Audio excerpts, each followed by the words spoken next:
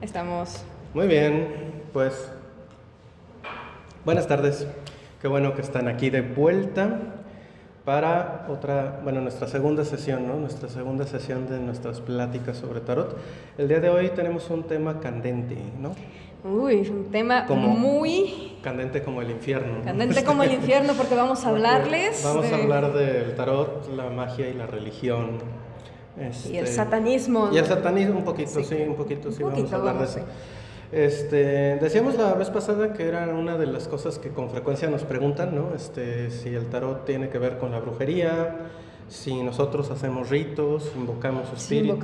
Somos mediums. Si somos mediums, cosas de esas, que bueno, pues es parte de la información que anda por ahí, ¿no? De lo que es el tarot. Entonces, pues quisimos hacer una plática dedicada a eso. Y también, bueno, personas que tienen distintas relaciones con el tarot debido a la religión, ¿no? Normalmente hay mucha gente que lo consulta, pero también hay gente que lo consulta y luego se siente culpable, pero igual lo consultan. También hay gente que no lo consulta porque se siente culpable, porque piensan que es malo, que la religión está en contra y todo esto. Entonces, pues queremos hablar de eso porque son temas pues interesantes, ¿no? Que están asociados muy de cerca con el tarot. Entonces, muy bien. Ese es nuestro tema de hoy, entonces. Vale, pues, ¿quieres ir leyendo? Sí, lo primero para empezar. Sí, exacto. Sobre los orígenes religiosos, ¿no? Les voy a compartir un poco de un texto que trabajábamos esta semana y empezaríamos entonces con los orígenes religiosos del tarot. Dices así: lo primero que salta a la vista para cualquier persona que haya dedicado tiempo al estudio de estos naipes es que el tarot por sí mismo no puede ser contrario a la religión, puesto que la mayor parte de sus imágenes emanaron de la religión misma. En efecto, durante la Edad Media predominó la explicación religiosa del mundo, así como su génesis y su sentido.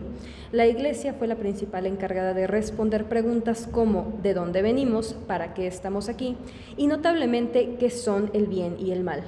Por ello, era prácticamente imposible nacer en esos años en un país dominado por la religión cristiana sin estar fuertemente influido por temas como el Jardín del Edén, la Pasión de Cristo, Sansón derribando el templo con su enorme fuerza, la Torre de Babel y la confusión de las lenguas, el diluvio universal, la destrucción de Sodoma y Gomorra, el juicio final, la huida de los hebreos de Egipto y la apertura del Mar Rojo, y muchas otras historias de origen bíblico que vertebraban el conocimiento y significado del mundo y que la Iglesia procuraba inculcar a los fieles por todos los medios posibles de la época: la música, el teatro, los sermones, etc. Muy bien, es así. Sí, el tarot surge en un contexto donde la vida religiosa es la mayor parte de la cultura popular, ¿no? Entonces no es para nada sorprendente que esté lleno de símbolos religiosos. Entonces vamos a ver algunos de ellos, ¿no? Ofrecer algunas pruebas, digamos, de esto que estamos diciendo. La primera pues es la figura misma del Papa, ¿no? El tarot, el arcano 5 que se llama, ¿no? El arcano mayor número 5 se llama el Papa y dice Le Pape en la primera imagen que tienen ahí, que está en francés porque es el tarot de Marsella, que es francés. El otro dice The Hierophant, el hierofante. Este es un tarot inglés. Se hizo en Inglaterra en 1910 y como saben los ingleses no son católicos, son protestantes, entonces ellos no le iban a poner esa figura al Papa porque no les gusta el Papa, no están de acuerdo con el Papa, pero es una figura derivada del Papa. Y la primera, los primeros tarots, como lo que hablamos la vez pasada, como el Visconti y esos, son tarots que son italianos, que sí es un país pues muy católico. Y en todos ellos la figura conocida era la figura del Papa, ¿no? Ahí lo tienen con el gesto de la bendición que está haciendo con la mano, la cruz papal, los dos acólitos, ¿no? Incluso la versión protestante, que es la que está del otro lado y de muchos años después tiene más o menos las mismas características. Tiene la señal de la bendición, la cruz papal, los dos acólitos, e incluso abajo, en la parte de abajo, si ven un poco, si es que alcanzan a distinguir, hay unas llaves de San Pedro, ¿no?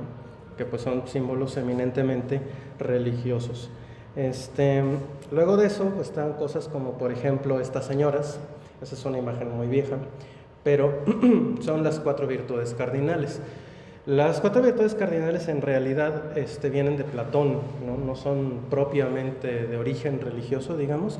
Fue Platón el que habló de estas virtudes y antes ya habían hablado de otras 3. Platón le agregó la prudencia. Y la religión las retomó y las volvió parte del catecismo por considerar las virtudes fundamentales del ser humano, igual que Platón, que por eso hablaba de ellas, ¿no? Son, en el orden que las ven ahí, la fuerza, que tiene un pilar, precisamente aludiendo al mito a la historia de Sansón, ¿no? Sansón y los pilares del templo, Sansón que derriba sus pilares. La justicia, que tiene su balanza, ¿no? Muchas tienen también una espada. La templanza, que tiene una copa, y esa última que ven es la prudencia, tiene una serpiente. La prudencia se representaba o con una serpiente o con un espejo mirándose a sí misma, ¿sí? Esas son las 4 virtudes, y acá tenemos como la versión del tarot de esas 4 virtudes, ¿no? La justicia con su balanza y su espada, la templanza, que está pasando, en realidad está echándole agua al vino, es lo que está haciendo la templanza, para justamente no emborracharse, ¿no? La idea es esta de ejercer el autodominio, de eso se trata la templanza, ¿no? Entonces está echándole agua al vino. Y la fuerza o la fortaleza, que retoma el mito aquí de Hércules y tiene el león, ¿no? Agarrado. Muy bien. Hay, por ejemplo, me gustaría mucho mencionar algo, como en tema iconográfico y tema tal cual como de este rollo de la Edad Media y de las imágenes. Fíjense cómo en las imágenes que hemos estado revisando vemos diferentes iconos y diferentes representaciones, y esto se basa en diferentes factores. El más importante es de dónde viene el tarot. O sea, si el tarot es italiano, va a tener una representación; si el tarot es francés, va a tener otra. Al final representan lo mismo y los iconos son muy similares, así como en las primeras imágenes vimos al Papa y al Hierofante. Pero también vamos a encontrar, también lo vamos a ver un poquito más adelante, que en otros lugares, también por el mismo contexto y por la misma cultura, esos símbolos cambian, a pesar de que representan lo mismo, pero por el mismo contexto se hablan de otras cosas. En la fuerza, por ejemplo, lo acaba de decir mi hermano, justamente es o representar a la fuerza con los pilares, haciendo el mito de Sansón, o con un león para representar el mito de Hércules, ¿no? Entonces eso es muy interesante, ¿no? O sea, cómo podemos encontrar, dependiendo de dónde se desarrolle el símbolo, pues las representaciones, ¿no? Eso se me hace también muy interesante de todo eso. Sí, sí. Y constata esa unión, ¿no? Entre los símbolos religiosos, claro, que se reinterpretan en distintos lugares, claro, distintos, y cómo se expresan en las cartas. Sí, porque al final la religión sigue siendo parte fundamental de toda esta época, ¿no? Es así. Entonces, pues sí, todo eso lo va a retomar y nada más que va a ser representado de diferentes maneras. Muy bien. Luego tenemos el asunto del tetramorfo. Entonces, les voy a leer ese párrafo que está ahí, porque es un párrafo de la Biblia, de Ezequiel, el profeta Ezequiel. Dice: y miré, y he aquí venía del norte un viento tempestuoso y una gran nube con un fuego envolvente, y alrededor de él un resplandor, y en medio del fuego algo que parecía como bronce refulgente, y en medio de ella la figura de 4 seres vivientes. Y esta era su apariencia: había en ellos semejanza de hombre, cada uno tenía 4 caras y 4 alas, y el aspecto de sus caras era cara de hombre y cara de león al lado derecho de los 4, y cara de buey a la izquierda en los 4. Asimismo había en los 4 cara de águila. ¿Sale? Esta es la visión que tiene Ezequiel, está al inicio del libro de Ezequiel, es lo primero que pasa. Ezequiel tiene esta visión, y después de esta visión es cuando le habla a Dios y le dice que se va a convertir en un profeta, ¿sí? Eso que ven ahí es una representación antigua, más o menos antigua, del tetramorfo, como un intento de representar un ser con muchas alas y con las 4 caras estas que dice y todo esto, ¿no?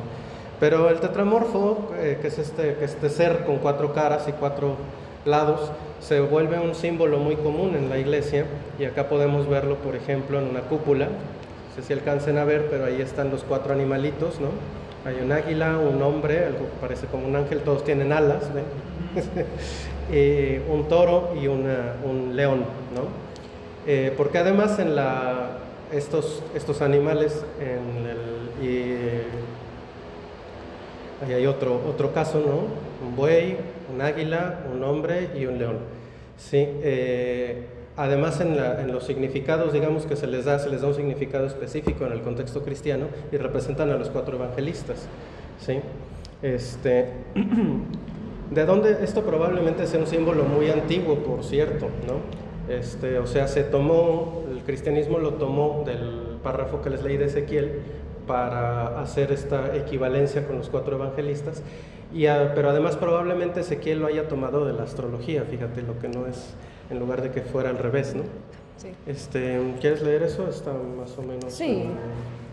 Sí. ¿Las representaciones? Claro. Del tetramorfo. Es así. A ver, tenemos las representaciones del tetramorfo originalmente en el libro del profeta Ezequiel, pero quien probablemente tomó los iconos de los animales de la astrología babilónica, pues el periodo de predicación de dicho profeta coincide con el tiempo en el que los hebreos fueron cautivos de Nabucodonosor II en la Mesopotamia, del siglo VI a.C. Y sí, gente, Nabucodonosor era un nombre. Es así, dificilísimo de pronunciar, por cierto. Es así, Nabucodonosor.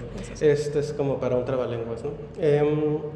Sí, entonces por eso también corresponden a los 4 signos fijos del zodiaco.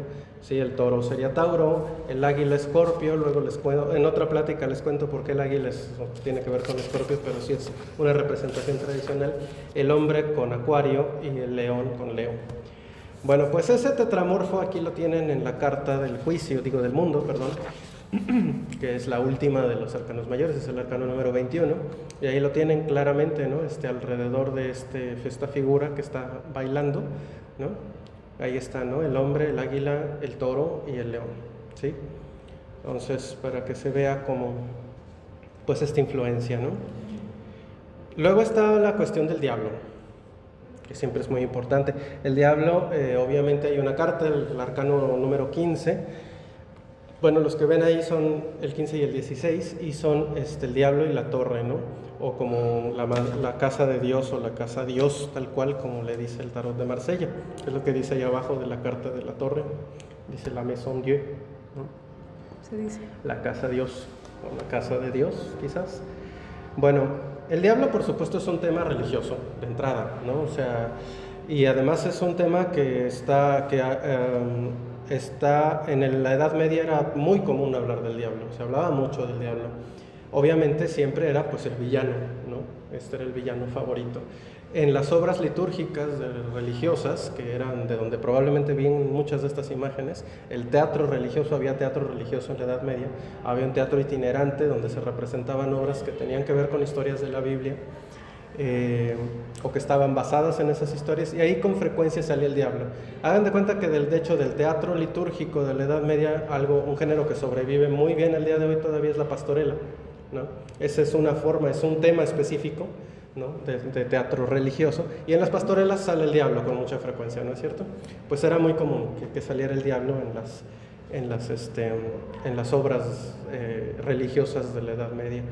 Normalmente era el malo, y normalmente, como hoy pasa con algunos villanos en las caricaturas, siempre perdían. Esa era su función, ¿no? Su función era, a la religión le interesaba representarlo como el mal, ¿no? Como la encarnación del mal, y cómo pues perdía en contra de la virtud y del bien y de todo esto. Exacto.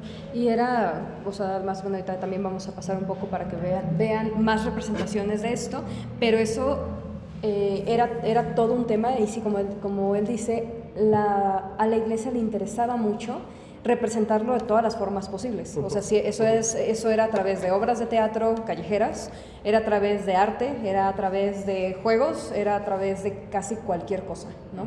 Entonces sí, es un tema muy fuerte para ellos, es un tema muy importante, porque además recuerden que en ese tiempo todo iba relacionado con la salvación de tu alma, ¿no? O sea, de cómo ser bueno, de cómo hacer las cosas correctamente según la iglesia, para que tu alma pudiera trascender, y Cristo en algún momento llegara por ti y te sacara de los fuegos infernales y te llevara. Era la preocupación principal de la Edad Media, ¿no? Cómo salvar tu alma, y por lo tanto qué está bien y qué está mal que hagamos, porque lo que está mal va a condenar tu alma para siempre. Entonces, bueno, hasta el día del juicio, que allá vamos. Vamos al día del juicio. El día del juicio, esto es también relacionado con la cuestión de la torre. Se ha pensado que la torre, que acaban de ver allá, es una representación de una historia o una cosa que se dice que en el imaginario católico que es como el descenso de Cristo al infierno. ¿Sí? El descenso de Cristo al infierno se supone que ocurre en el sábado de gloria, ¿sí? O sea, cuando Cristo muere, o no muere, pero cuando el periodo en el que está muerto antes de que resucite, se supone que Él desciende, dicen, que Él desciende al inframundo, al purgatorio específicamente, y abre el purgatorio para que todas las almas que estaban ahí atrapadas, sobre todo las del pasado, salgan. Esta es una pintura de la Edad Media que habla exactamente de ese tema. De hecho, ese señor, el que está sacando ahí, que ven que está dándole la mano, ese señor es Adán, porque se acuerdan que según el asunto católico, el credo católico, pues las personas que no estaban bautizadas y que además vivieron antes de Cristo no podían acceder al cielo, ¿no? Entonces, aunque hayan sido buenas, se quedaban en el purgatorio. Entonces este es Cristo rescatando a Adán del purgatorio, y allí, como ven, es una cosa medio apocalíptica, y como todo está como un caos, hay llamas y cosas así, porque se supone que es eso, es como la destrucción. Se supone que Cristo destruye el purgatorio en esta visita. Entonces algunos dicen que la torre, ahí les veo otra vez, era justamente una representación de esto, ¿no? Como de un poder superior, que es esta llama que viene del cielo, destruyendo el purgatorio y liberando a las personas. Que les diré, en las representaciones de la torre, esa liberación a veces se ve un poquito así como que dramática, y como que más que liberarte, como que te tira un poco al suelo. Pues hay mucha discusión sobre la interpretación de la torre en ese sentido, si representa destrucción o liberación, o las dos cosas, ¿no? Porque una cosa a veces es necesaria para la otra. Bueno, y hablando entonces del día del juicio, esa es otra pintura, también es de la Edad Media, que representa el día del juicio. El día del juicio es un tema que es muy importante, siempre ha sido muy importante dentro de la idea cristiana. Después iba a ser todavía más importante. Les leo, miren, un parrafito aquí que dice: el día del juicio era ya un tema importante durante el medievo, pero el Concilio de Trento entre los años 1545 y 1563 lo solidificó como uno de los más revisitados y trabajados en los siglos subsiguientes, como parte de las estrategias contrarreformistas. Sí, fue uno de los temas que acordaron en el Concilio de Trento que se encargara con mucha frecuencia a los artistas, ¿sale? Para recordarle a la gente, pues, que iba a venir un día del juicio y que iban a ser juzgados y que se portaran bien y que no se fueran con la competencia, ¿no? Que no se fueran con los protestantes. Entonces, ahí tienen los diversos temas, ¿no? Del juicio final. Los ángeles con las trompetas que están justo en el centro, son tan pequeñitos, pero no sé si los ven, son esas cosas azules que parecen pájaros. Y en el centro hay estas personas saliendo de la tierra, ¿ven? Porque está este rollo de que los cuerpos van a resucitar y todo este asunto, ¿sale?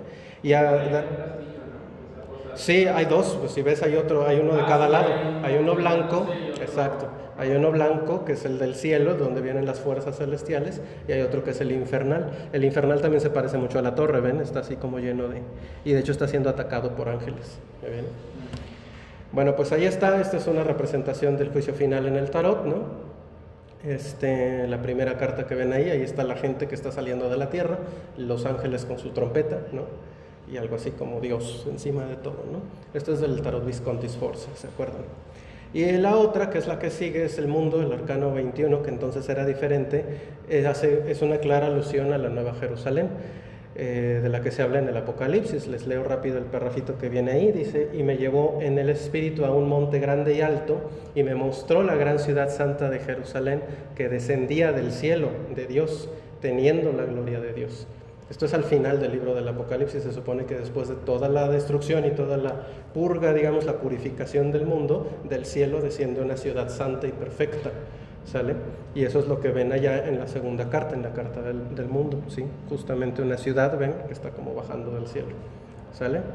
Entonces, bueno, estos son algunos de los temas que están presentes en el tarot, ¿no? Y que conforman, pues, las imágenes de las que está hecho el tarot. Así que, como ven, la religión está por todos lados, ¿no? En realidad salió de los temas religiosos.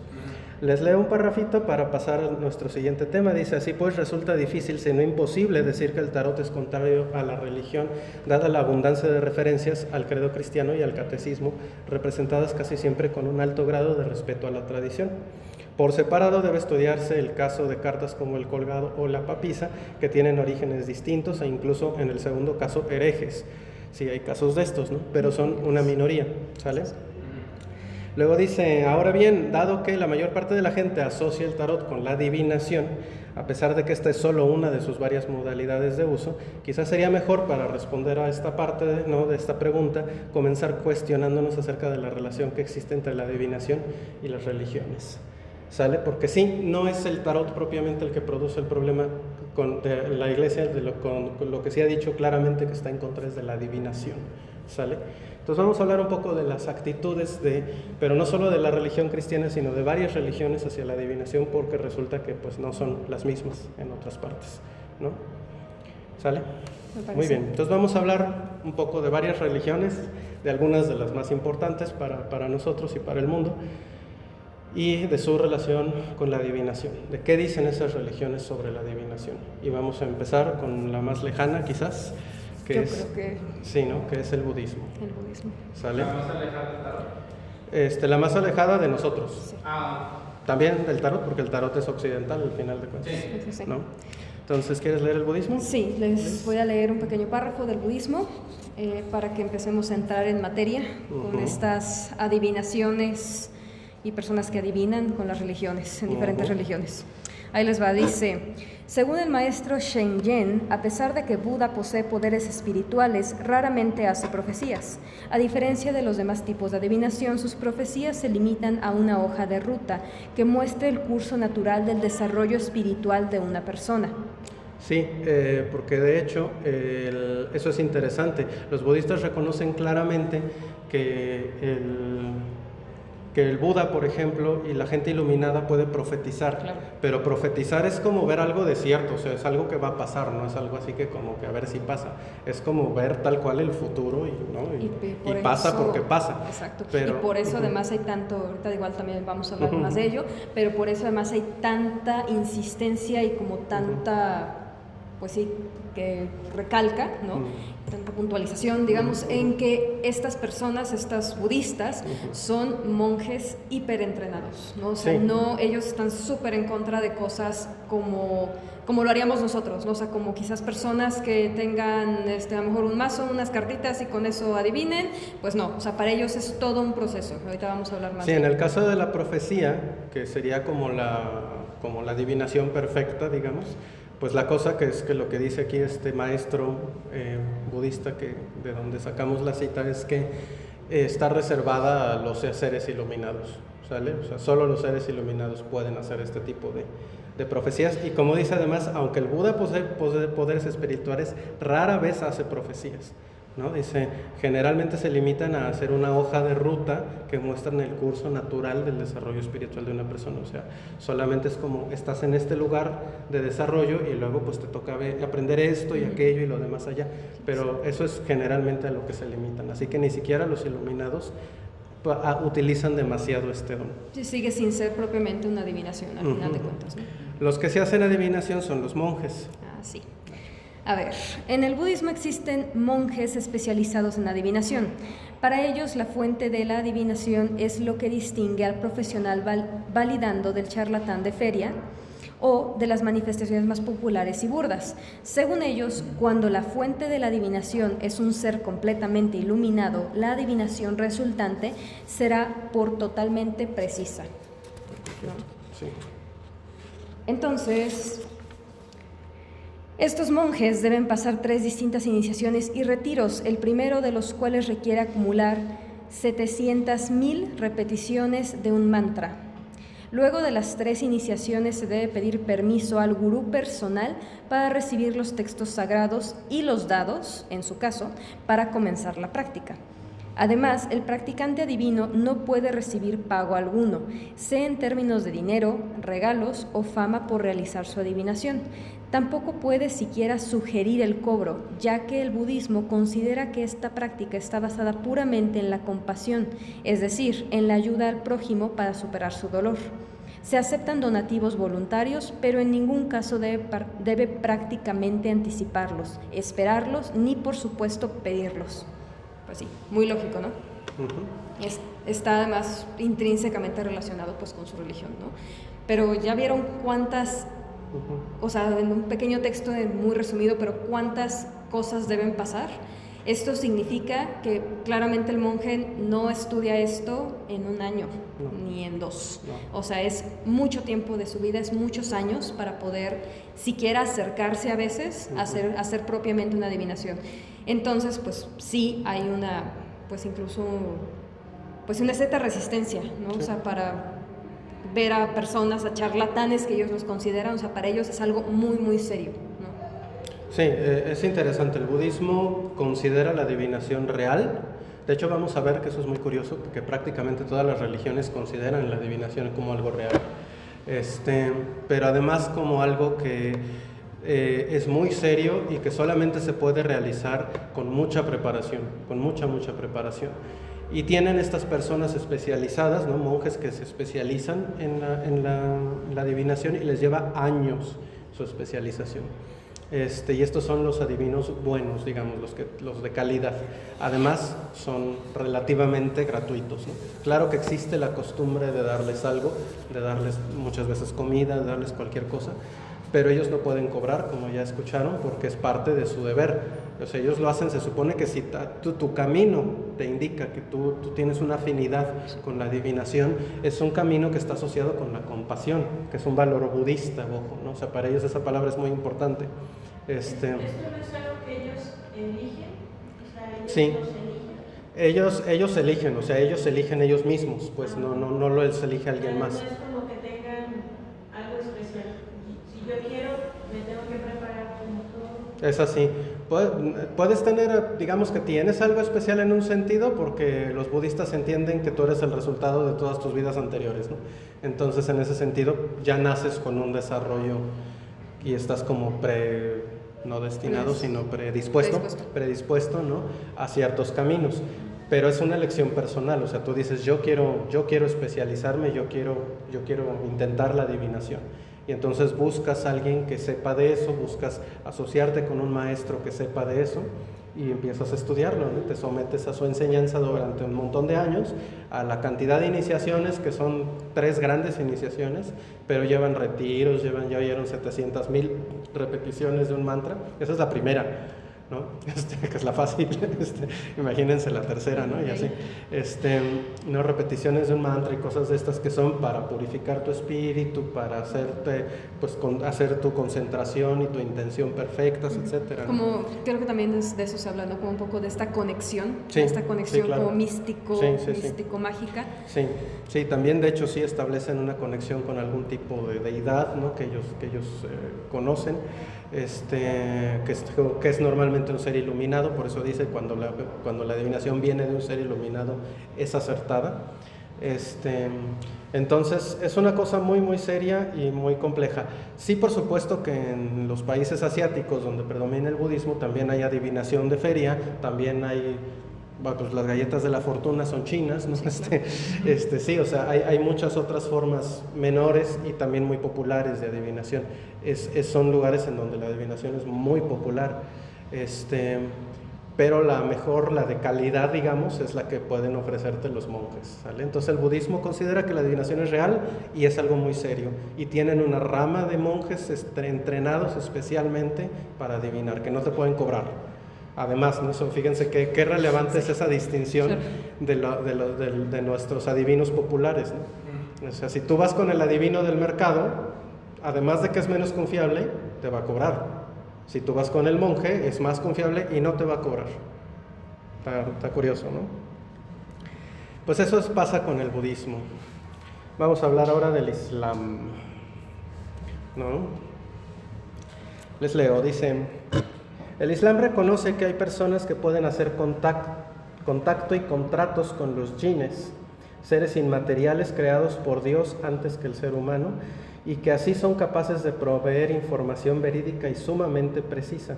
No obstante, este trato implica el pecado grave del shirk, es decir, buscar ayudantes o coadyuvantes a Dios.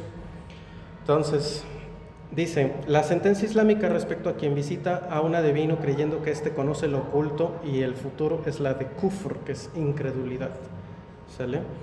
Tal creencia le asigna a la creación algunos de los atributos de Dios con respecto al conocimiento del oculto y del futuro.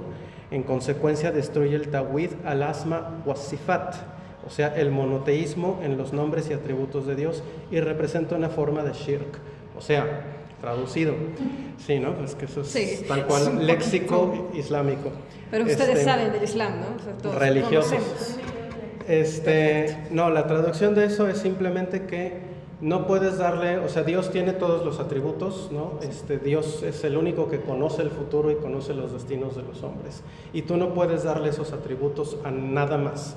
Ni a una persona, ni a una cosa, ni a un nada. Ni puedes buscarlo. Ni puedes buscarlo. Nadie tiene, bueno, es que si lo buscas es porque tú piensas que alguien más los tiene. Y eso es un tipo de idolatría, ¿sale? O sea, tú estás atribuyéndole, le estás dando los atributos de Dios a una persona. Es un tipo de idolatría, es como dudar de Dios mismo, ¿sale? Entonces no se puede hacer. El profeta dijo, nadie en los cielos ni en la tierra conoce lo oculto salvo Dios. Luego, la lectura de la mano, el I Ching, las galletas de la fortuna, la lectura de las hojas de té, el horóscopo y los signos zodiacales, los programas computacionales de biorritmo, todos ellos aseguran informar a quien cree en ellos acerca de su futuro. Sin embargo, Dios ha establecido en términos claros que solo Él conoce el futuro. Y aquí hay una cita del Corán que dice, solo Dios sabe cuándo llegará la hora, el día del juicio, pues, cuándo hará descender lluvia y qué encierra el útero. Nadie sabe qué le deparará al día siguiente ni en qué tierra ha de morir. Dios lo sabe todo y está bien informado de lo que ustedes hacen. Y como nota además, que para que vean lo relevante que es esto en las culturas islámicas, cuando un musulmán meteorólogo predice lluvia, nieve u otras condiciones climáticas para el día siguiente, debe agregar la frase inshallah, o sea, si Dios quiere. ¿Sí? Del mismo modo, cuando el doctor musulmán le informa a su paciente que va a dar a luz a un bebé en una fecha determinada, debe agregar la frase inshallah, si Dios quiere, puesto que tales afirmaciones son solo estimaciones basadas en información estadística, ¿sale? O sea, el médico tiene que reconocer que aunque su conocimiento dice que el bebé nace en 3 días, es si Dios quiere. Si no quiere, nace hoy, nace cuando Dios diga, ¿me explico? Eso es parte de la fe, ¿sí? Efectivamente, los musulmanes en todos estos casos dicen inshallah, si Dios quiere, ¿sale? Entonces, en el Islam no hay adivinos. Está muy, muy prohibido, sí. ¿Sale? Porque son atributos de Dios. Solo Dios conoce lo desconocido. Ellos reconocen, sí, la existencia de gente que esto que decía al principio, que se comunican con los jinnes, que hacen contratos y tratos con los jinnes. Los jinnes es de donde salieron la idea de los genios de la lámpara. Son esas cosas, nada más que obviamente esa es una idea ya comercializada y así, ¿no? Muy depurada. Pero es una, sí, depurada, sí, digámoslo así.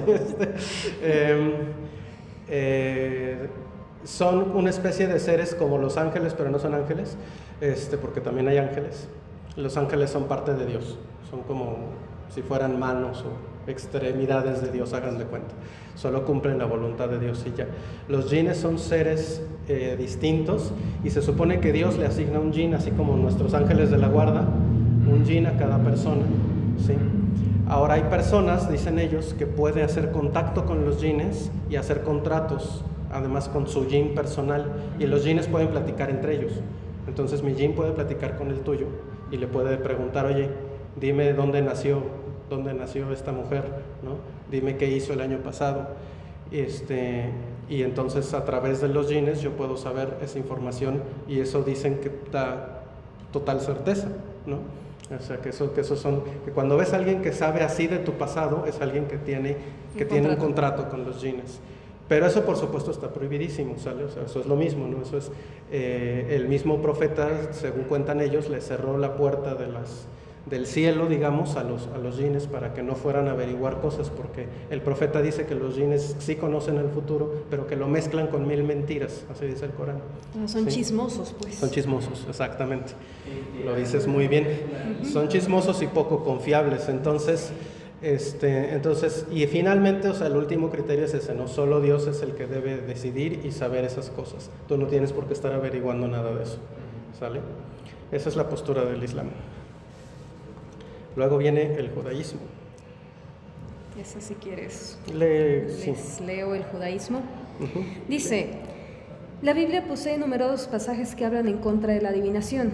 Cuando entres a la tierra de Jehová, tu Dios, te da, no aprenderás a hacer según las abominaciones de aquellas naciones. No se ha hallado en ti quien haga pasar a su hijo o a su hija por el fuego, ni quien practique adivinación, ni agorero, ni sortilegio, ni hechicero, ni encantador, ni adivino, ni mago, ni quien consulte a los muertos. Así es, eso está en Deuteronomio 18, por si quieren buscarlo. Ahí está No, es una de las muchas, hay muchas prohibiciones de la adivinación en la Biblia, esa es una que escogimos, ¿no? Además, vimos una conferencia de un rabino que está, de hecho, en Contacto Judío, que es una organización de aquí de México, ¿no? Que hace una conferencia sobre la astrología, justamente, ¿no? Y él dice esto, ¿no? Dice, íntimo y fiel serás con el eterno Hashem. Hashem es uno de los nombres que le dan a Dios. La manera de vivir tranquilo no es sabiendo el futuro, es sabiendo que tenemos un Padre que nos quiere, que todo lo que pasa es por nuestro bien, lo bueno y a veces lo difícil también viene por una buena causa. Dice, te ayuda Hashem, Dios, en la medida en que confías en Él, ¿sí? También recalcó en su conferencia sobre el Masal y la astrología, el Masal es la suerte, ¿no? Que hay pruebas en la Gemara, es uno de los libros sagrados del judaísmo, que la astrología es real, y citó el ejemplo de Abraham, a quien todos consultaban en busca de respuestas extraídas de su interpretación de la posición de los astros, aunque enfatizó en el carácter mutable de las predicciones. O sea, el judaísmo reconoce muy bien la posibilidad de interpretar las estrellas y otras cosas, ¿no? De adivinar. Recuerden además que también había gente, la Biblia contiene historias como la de José el soñador, ¿no? Que interpretaba los sueños, ¿no? Y podía conocer el futuro a través de los sueños. Pero básicamente la postura es la misma que en el Islam, ¿no? O sea, lo que hay que hacer es confiar en Dios, ¿no? Y no estar preguntando cosas raras. Se dice que los rabinos, de hecho, en la antigüedad, no sé si ahora, ellos mismos hacían profecías, ¿no? Entonces, que era también como una cuestión como de cuidar a la clientela, ¿no? Como que si no te vayas con los adivinos de allá, vente con los adivinos, igual un poco como el budismo, vente con los adivinos oficiales, ¿no? Con los que sí tienen el teléfono rojo, ¿no? Sí, el papel firmado. Exacto, sí. Sí. Vale, y por último el cristianismo, bueno, pues primero se sostienen los mismos pasajes bíblicos, ¿no? Porque ya saben que la Biblia pues también es la base del cristianismo, ¿no? Además de eso, en godquestions.org, que es una página cristiana, dice lo siguiente, dice, la adivinación en cualquier forma es pecado. No es un entretenimiento inofensivo ni una fuente alternativa de sabiduría. Los cristianos deben evitar cualquier práctica relacionada con la adivinación, incluyendo la predicción de la suerte, la astrología, la brujería, las cartas del tarot, la nigromancia y los hechizos.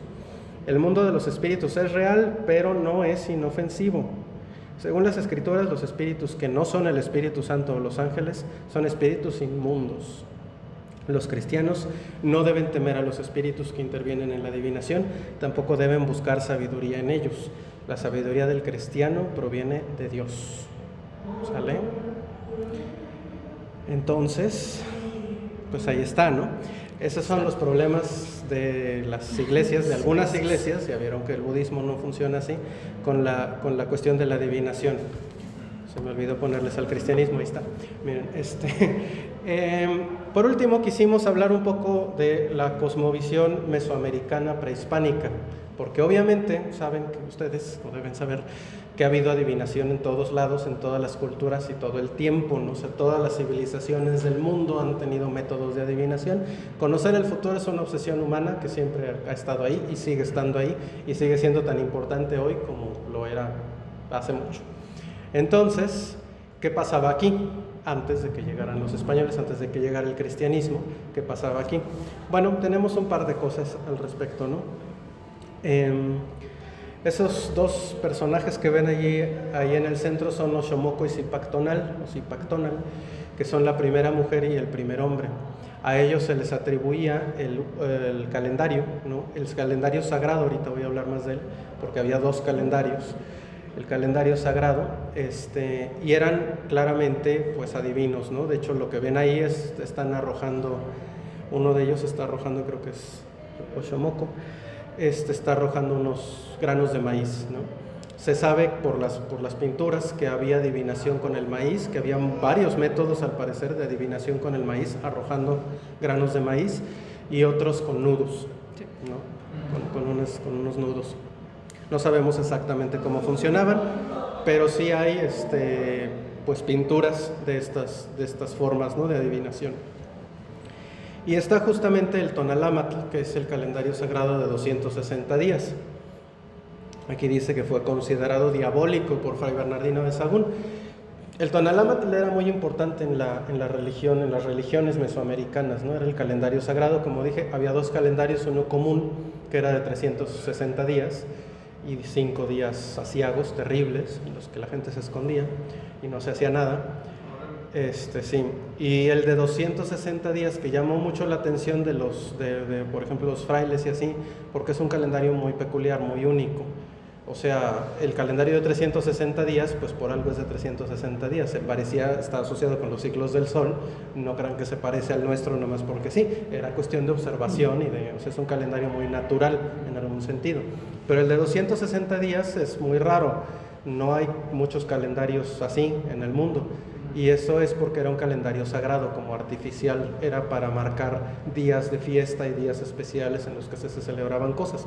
Pero también porque era el calendario, el Tonalámatl decidía para ellos el destino, era como algo así como funciona el día de hoy la astrología, ¿hagan de cuenta? Como cuando la gente dice, pues es que si eres Leo es porque eres así, ¿no? Y eres presumido. Bueno, pues así, pero en una versión más extrema, ¿no? El Tonalámatl era un calendario y si tú nacías en cierto día, ese día tenía una predestinación completa de cómo iba a ser tu vida. Completa es un decir, ¿no? O sea, no al detalle, pero sí cosas generales que eran muy, muy determinantes. Y para ellos, como en el horóscopo, pero digamos de una forma muy, muy, muy puntual, ¿no? Y era únicamente por el día. Si tú habías nacido en cierto día, si tú habías nacido en el día 1 conejo, por decirte algo, que así se llamaba, pues tú estabas destinado a ser un gran guerrero, ¿no? Y entonces todo era felicidad y te iban a ayudar a ser un gran guerrero y demás. Había días nefastos, ¿no? Y había formas para lidiar con estos días nefastos que eran bien interesantes, ¿no? Que por ejemplo, había días en los que decía, hay por ahí un signo, no recuerdo ahora cuál es, que era tal cual, si nacías en ese día, ibas a ser un borracho empedernido y ya, ese era tu destino. Entonces, como esto no era algo muy deseable, lo que se hacía era cambiar el día. Ellos también tenían una especie de ceremonia de bautizo, parecida a la cristiana, no igual, pero parecida. De hecho, fue una de las razones por las que ellos adoptaron rápidamente el bautizo, la costumbre del bautizo, porque había una cosa muy parecida entre los mexicas. Entonces lo que hacían era que ese día del bautizo, que era como el día de tu consagración, lo cambiaban a un día propicio, ¿no? Para compensar. Exacto, para compensar, para que tu destino estuviera ligado a ese día de tu consagración y no al día de tu nacimiento, ¿no? O sea, incluso podía ser un borracho empedernido, pero también ser un gran atleta. La idea era que no fueras un borracho empedernido, normal, eso ellos no lo veían muy bien. Entonces, incluso no solo se usaba para los días nefastos, en los días nefastos sí que se usaba, seguro, pero también se usaba si querías simplemente como mejorar el destino de tu hijo, ¿no? O sea, había días buenos, pero había días más chidos. Entonces, yo lo quiero bautizar en el día más chido. Entonces, los días más chidos estaban atascados de gente que se bautizaba, ¿no? Y que eran los días. Pero para ellos era muy importante. Y esto trae a cuenta dos cosas muy importantes para la parte que sigue del tema, ¿no? Vamos a hablar de la brujería a continuación. Y eso tiene que ver eso tiene que ver con esto que estoy diciendo por lo siguiente. Primero esto, ¿no? Fray Bernardino de Sahagún se interesó mucho en cómo funcionaba el Tonalámatl, no porque fuera un gran antropólogo ni nada de eso, sino porque él lo consideraba diabólico, ¿no? O sea, porque él decía ese calendario, ¿qué onda, no? O sea, precisamente no hay como este calendario, el de 360 días, que dice, claro, pues es un calendario como de la gente, ¿no? Normal, y luego esta cosa que es, ¿no? El calendario del diablo. Entonces a él le llamaba mucho la atención, pero por considerarlo malo, ¿no? Diabólico. Fíjense cómo es muy fácil, siempre pasa esto, ¿no? Que lo que no comprendemos lo consideramos diabólico, ¿no? Del mal y así. Y por otra parte, por las prácticas mismas, porque aquí hay, en esto del que les cuento del Tonalámatl, es así, es el miedo a lo desconocido. En el Tonalámatl hay, además en estas prácticas que les cuento de cómo se consagraba a los niños en los días mejores, hay también otra cosa que es bien interesante y que asocia la adivinación precisamente con la magia, ¿no? Y es este asunto de que tiene un sentido performativo, no solamente informativo, ¿sí? Y esta parte es mágica, es decir, no solamente se trata de averiguar qué va a pasar, sino de hacer que pase, ¿ven? Una de las cosas que averiguamos cuando estábamos viendo esta cuestión de los ritos y las cosas que hacían tanto los antiguos mexicas como otras culturas antiguas que han tenido ritos de adivinación, es que muchas veces las adivinaciones se repetían, ¿sí? Que hoy está muy, la gente, bueno, como que lo quieren hacer, pero ya casi nadie lo hace, ¿no? O sea, normalmente como que tenemos esta idea de que si te toca la adivinación que te toque, pues es la que te tocó y ya, ¿no? O sea, si es malo, pues es malo, ya de modo, ¿no? Ya te amolaste. Pero fíjense que desde hace mucho y en muchas de estas culturas viejas, la adivinación se repetía a veces para que saliera algo bueno, ¿sí? O sea, si no me gustaba lo que salía, lo volví a hacer, y luego lo volví a hacer, y luego lo volví a hacer, hasta que salía algo bueno, porque se le atribuía un sentido no solo informativo, sino performativo, ¿sale? No solamente estaban... sí, y no solo estabas adivinando qué va a pasar, sino lo estabas produciendo, como si fuera un acto mágico. O sea, yo no voy a ir a la guerra si el oráculo me dice que voy a perder, no voy a ir, ¿no? Hasta que me diga que... Y no me importa si a lo mejor es en este mismo momento, ¿me entiendes? O sea, pues vuelvo a tirar la carta o el dado o lo que sea, ¿no? Lo tiro 10 veces hasta que me diga que voy a ganar, pero voy a ir con la mentalidad de que me dijo que voy a ganar, y entonces voy a ganar, ¿sí? Eso además es algo como súper importante, ¿no? Y es algo, o sea, que aún ahora, creo que lo hemos también como un poco como resignificado, ¿no? Como rehecho en diferentes cosas, pero es algo súper importante, es algo además que, centrándolo en el tema del tarot, es algo además, por ejemplo, que dice nuestro amigo Jodorowsky, y él habla precisamente de esto, ¿no? De la importancia de tener estos actos de magia, estos actos que van a transformar nuestra realidad, ¿no? Y eso se hace a través de cosas tan sencillas, ¿no?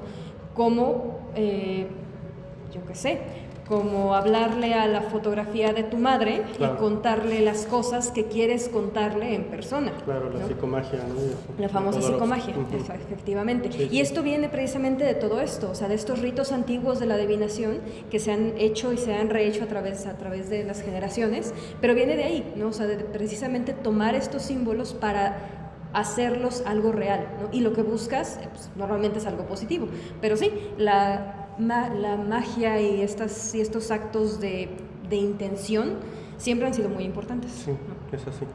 Entonces, de alguna manera siempre ha estado asociado la adivinación y la magia. Además de que en las culturas antiguas, como nos va a leer ahorita mi hermana, pues obviamente el adivino era el brujo, era la misma figura, ¿no? De entrada se entendía que se dedicaban a que eran dos cosas que se tocaban, ¿no?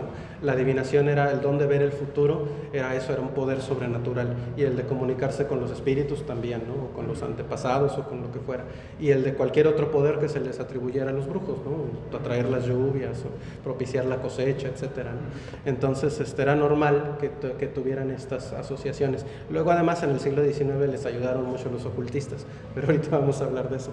Entonces, vele leyendo, please. Les leo. Sí. Desde el principio, la averiguación del futuro se ha considerado un conocimiento sobrenatural. En las sociedades llamadas primitivas, el encargado de escrutar el futuro era siempre el brujo o el chamán, que naturalmente tenía también relación con un más allá. Según la historia, luego de que el tarot nació como un juego de la nobleza lombarda, se comenzó a practicar la adivinación tan pronto las cartas se volvieron asequibles, a través de la imprenta, a la mayoría de las personas. Eso ya lo vimos también la vez pasada, ¿no? De esto de la imprenta y de cómo pasaron de ser de pinturas a cosas completamente, sí, a grabados, ¿no? Que se podían producir en masa, ¿no? ¿En qué medida la práctica adivinatoria incluía ya servicios mágicos o brujeriles durante el periodo de expansión del tarot en Europa en el transcurso de los siglos XVI al XVII? No lo sabemos. Lo que sí sabemos es que después de que Cour de Gévelin dijera que se trataba de un libro de sabiduría oculta y Etellat lo secundara en llamarlo el libro de Thoth, los arcanos mayores se comenzaron a estudiar en tanto poseedores de símbolos antiguos que portaban algún significado mágico. Con el paso del tiempo, su inclusión en algunos rituales de nuevas sectas que fueron surgiendo durante el siglo XIX se volvió inevitable.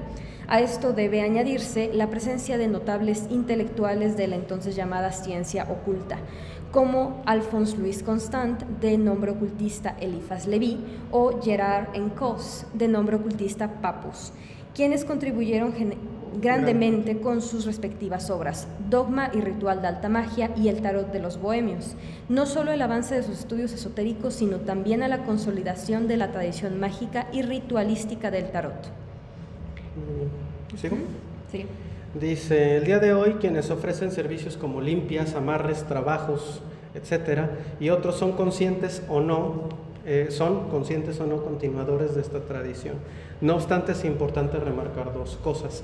La primera, que es justo en este rubro donde se concentra la mayor parte de las prácticas fraudulentas relacionadas con el tarot.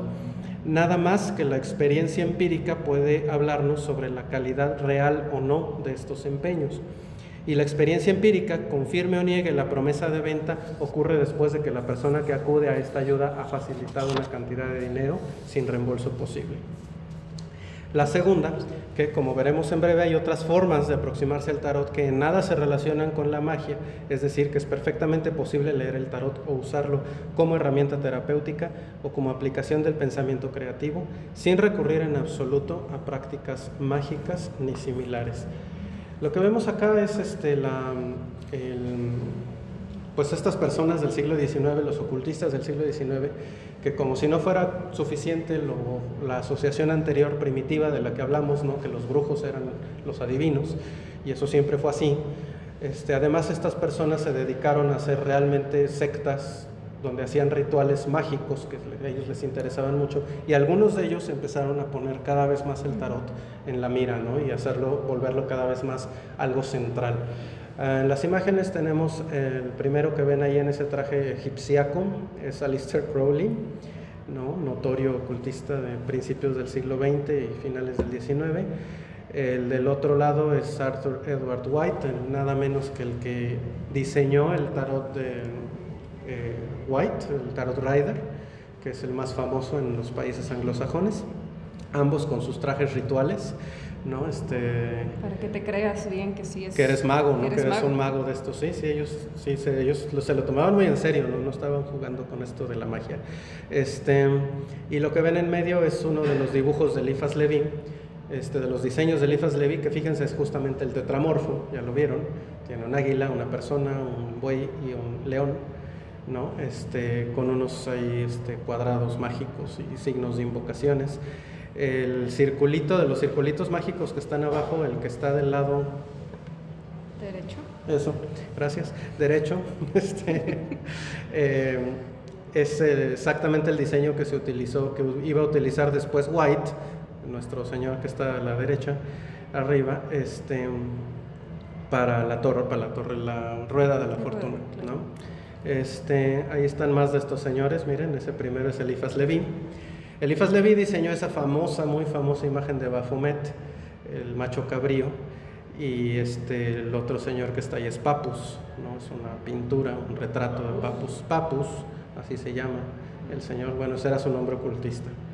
Y ahí viene el macho cabrío, entonces. Sí. La primera cosa con esa entidad viene de Eliphas Levi. De ese dibujo sí, no es como la primera cosa porque ya había relaciones con el macho cabrío, pero ese dibujo y esa representación que hoy se utiliza en otros lugares y en otras cosas, viene de Eliphas Leví. Y Eliphas Leví no lo dibujó pensando en cosas satánicas ni mucho menos, sino tratando de codificar conocimientos antiguos. Por eso en medio tiene el caduceo de Hermes, en los brazos tiene estas frases que dicen solve y coagula, que hacen alusión a la alquimia, ¿no? Tiene una luna de 2 colores, no tiene el gesto, que este gesto aparece también mucho en el tarot, y que representa el segundo principio hermético de cómo es arriba es abajo, la estrella de 5 puntas, tiene un montón de cosas que son lenguaje ocultista, ¿sale? Y no necesariamente de brujos y de brujas, aunque sí, ellos sí se dedicaban a la cuestión de la magia,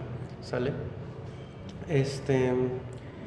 Entonces, bueno, finalmente en tarotista.org, que es una página que pueden consultar, dice: la interpretación del tarot en la magia y la brujería se centra en el uso de los arcanos para canalizar la energía y fuerzas sobrenaturales, mientras que la interpretación en la adivinación se enfoca en la comprensión del significado intrínseco de los arcanos y su relación con la situación del consultante. O sea, son para cosas diferentes, ¿no? Dice que los utilizan de manera diferente la magia y la adivinación, ¿sale? Que la magia los utiliza para canalizar fuerzas de algún tipo, ¿sale? Por último, bueno, no por último, por penúltimo en este tema, porque por último nos vas a leer tu entrevista con entidades más modernas, ¿no? Mucho más modernas. Sí, pero por penúltimo, hay otra cosa que contribuye mucho a la asociación de las cartas con la brujería y a veces con el satanismo y con otras cosas oscuras, tiene que ver con algunas imágenes, ¿no? O sea, no es muy extraño que la gente se asuste un poco cuando ve representaciones como estas, ¿no? Son... Yo veo la de la derecha y... no. Eso, exacto. Y corre. Sí. Yo digo... Sí, son algo inquietantes, pero lo que la gente tiene que tener claro es que son meras cuestiones estilísticas de los mazos.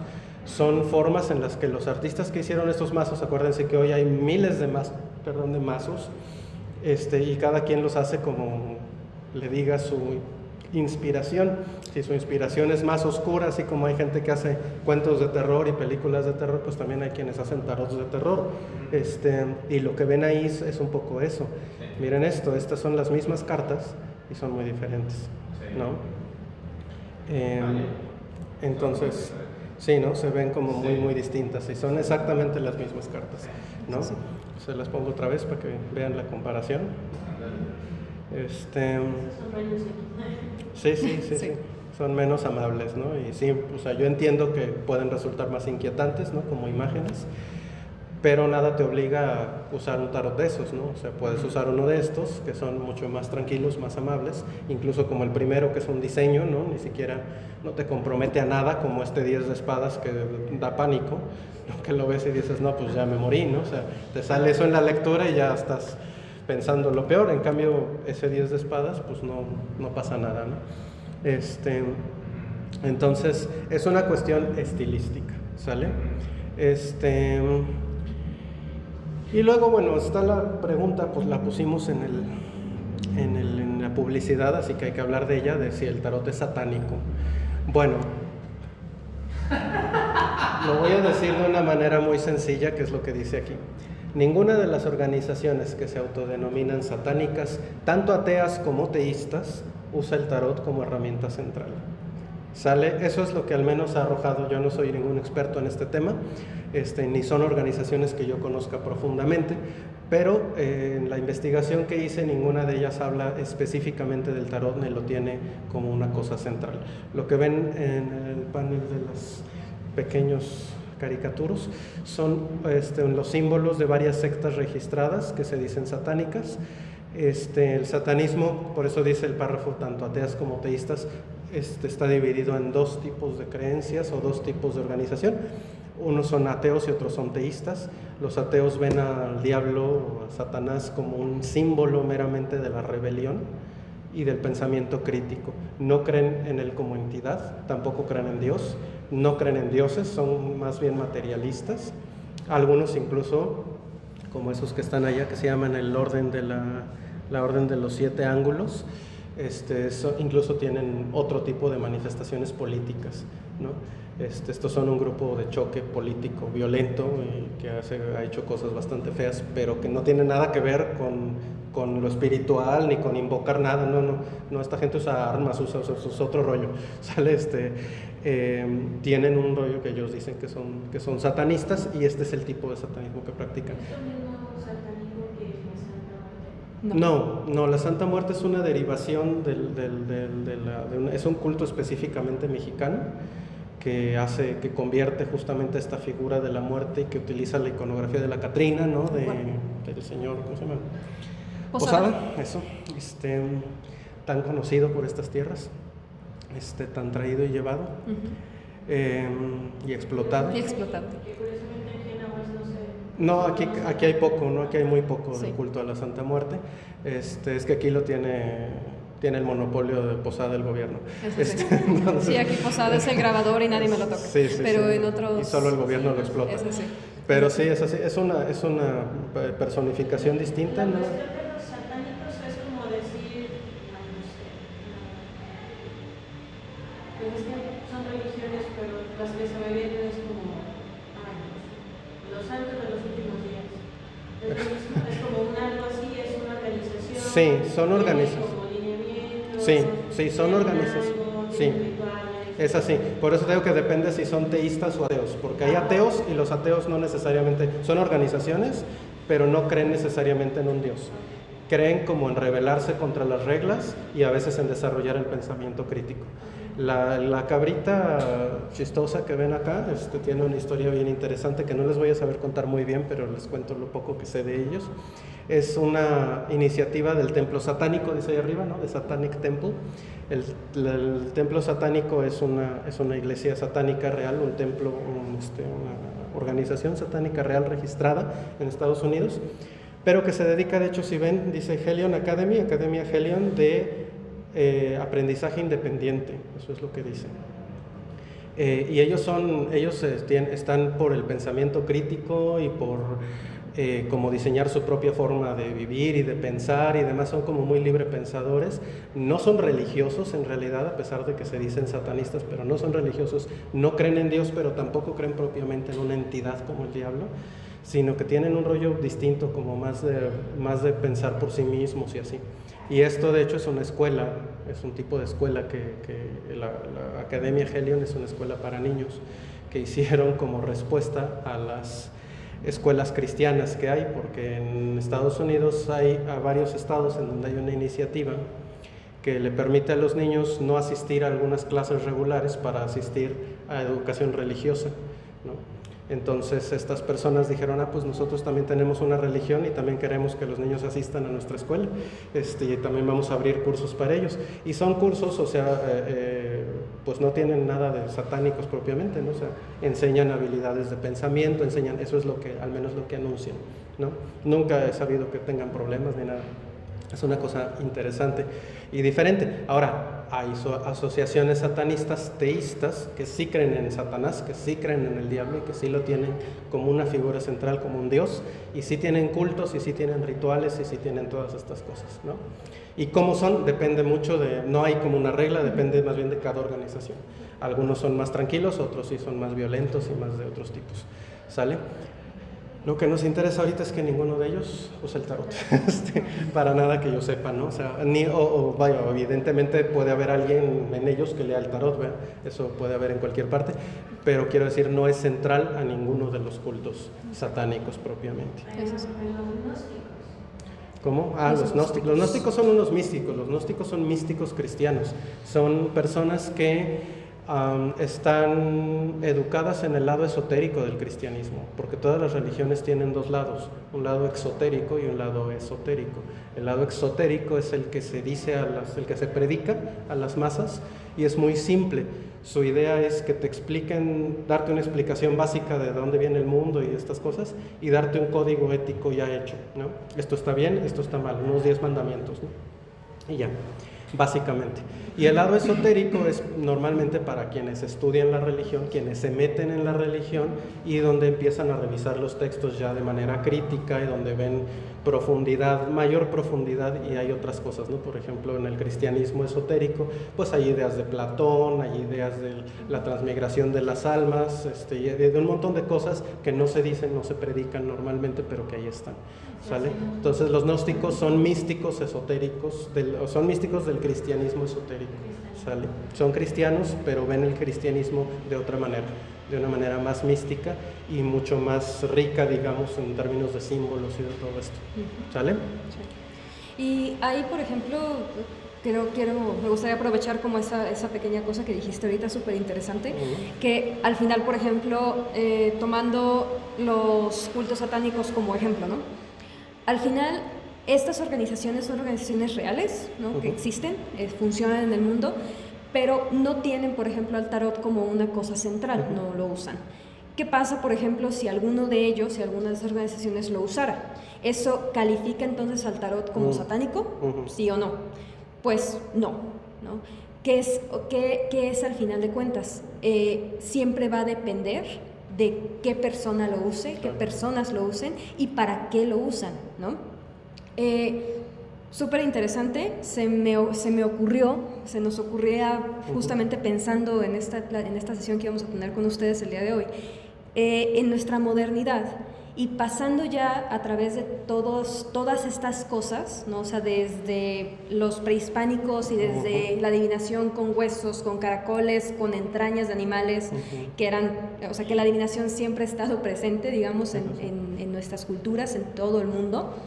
¿Cómo es que actualmente en el mundo moderno una cosa tan contemporánea como una inteligencia artificial me puede responder a mí si yo tengo una duda, ¿no? De cómo funciona el tarot, de qué es el tarot, qué me puede responder? Y entonces nos ocurrió hacer una pregunta a ChatGPT para precisamente que nos respondiera esto, ¿no? Entonces la pregunta fue, ¿tú qué opinas de la relación entre la brujería o el satanismo con el tarot?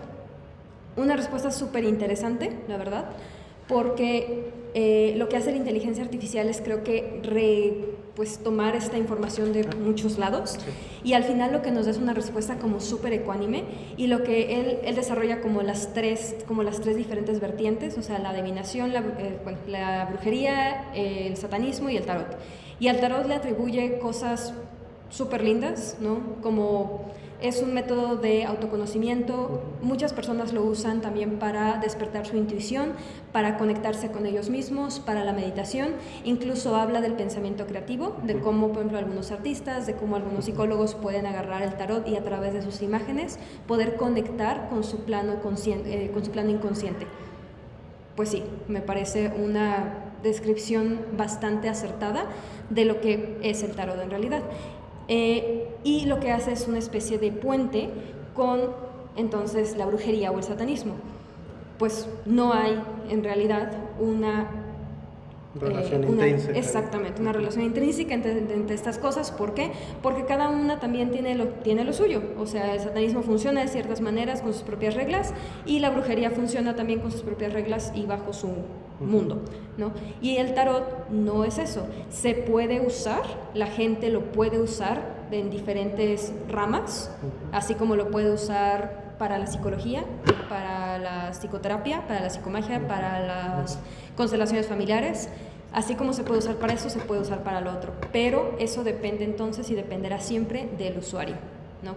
Entonces, darle al tarot, darle a un mazo de cartas la atribución grande de que sean satánicas o sean brujeriles, pues no es, ¿no? Sí, además implica como no conocer precisamente esas cosas, ¿no? O sea, porque la brujería no necesita el tarot, ni el tarot necesita la brujería. Son dos cosas que existen, son entidades separadas e independientes que pueden tener relación, pero también pueden no tener. Exacto. ¿No? O sea, no hay ningún mago ni ningún brujo que diga, pero es que si no sé tarot, entonces no puedo hacer nada. No es así, ¿no? Y tampoco hay un tarotista es algo que sea su voluntad, ¿no? Que tenga que usar la magia para leer las cartas, ¿no? Eso es algo que se puede hacer sin ninguna otra creencia, que es algo de lo que vamos a hablar también a continuación. Exactamente. Entonces sí, como nada más hacerles como esa puntualización y nada más me gustaría como si pues digamos resumir un poco lo que llevamos visto, como en esa síntesis, ¿no? En eso que nos puede decir actualmente algo tan contemporáneo como una inteligencia artificial. Y obviamente aún así, o sea, aunque nosotros ya tengamos como esta comprensión y podamos verlo como desde esas perspectivas, siempre va a haber pues diferentes personas, también diferentes perspectivas que pueden ver a estas cartas como algo pues no tan bueno o algo así. Véase, por ejemplo, no la vayan a ver, El Tarot de la Muerte, que es una película súper contemporánea, salió me parece que este año, donde precisamente el tema central pues es ese, así se llama, El Tarot de la Muerte. Donde las cartas te matan y así. Donde las cartas te matan, donde los... Bueno, el loco, pues las figuras. Las figuras, exactamente, los arquetipos, las cartas del tarot. Van a salir en forma de monstruos y van a irte matando. Si alguna vez vieron Destino Final, pues es exactamente lo mismo, nada más que agarrando arquetipos del tarot. Eso sí. ¿Qué necesidad de hacer eso? Pues ninguna, solamente que para ellos pensó que iba a vender, al final no vendió, ni modo. Entonces, sí, ¿no? Nada más como para que también entiendan y vean que pues, es algo también que existe, ¿no? O sea, que hay gente que, pues, un cineasta... Que se puede usar para lo que sea. Exactamente, precisamente para eso, ¿no? O sea, que al final la película ni siquiera... Para cosas más inteligentes y menos inteligentes. Exactamente, que al final de cuentas no es una ni al caso seria, ni pues mucho menos, ¿no? O sea, es para que te mueras de risa un rato. Sí, sí. Entonces, sí, eso. Muy bien, pues... retomando entonces nada más para hablar ya, para llegar a nuestro último tema, porque nos preguntábamos en la publicidad si tiene algo que ver con invocar espíritus y con cosas de estas. Eso quizás tenga más que ver y también un poco la cuestión de la magia, ¿no? Con por qué al final de cuentas, esto es creo que la pregunta profunda y la pregunta interesante, ¿de dónde viene la adivinación? ¿Por qué funciona? Porque hay gente a la que le funciona, eso es un hecho, ¿no? O sea, si no, pues no sería tan popular. Si siempre fallara, pues entonces también nadie iría, ¿no? Bueno, ya establecimos, ¿se acuerdan en la plática anterior que el tarot puede ser todas estas cosas que ven ahí, ¿no? Un juego, una mancia, un libro de sabiduría oculta según los ocultistas, una representación de los arquetipos según Jung, una herramienta proyectiva para los psicólogos, una fuente de otra herramienta, digamos, en las terapias alternativas y una técnica del pensamiento creativo. La iglesia, para cerrar nuestro tema con las iglesias del día de hoy, ha tenido problemas con las primeras tres cosas, ¿no? Con el juego sí, con las mancias también y con la sabiduría oculta también, pero fíjense que son precisamente problemas con esos temas y no necesariamente con el tarot, ¿no? ¿Ha tenido problemas con el juego? Sí, bueno, porque el juego está asociado con conductas inmorales y con un montón de cosas. Ha sido, de hecho, de las primeras noticias históricas que tenemos de cartas, no solo del tarot, sino de cartas en general, suelen ser prohibiciones de la iglesia, ¿no?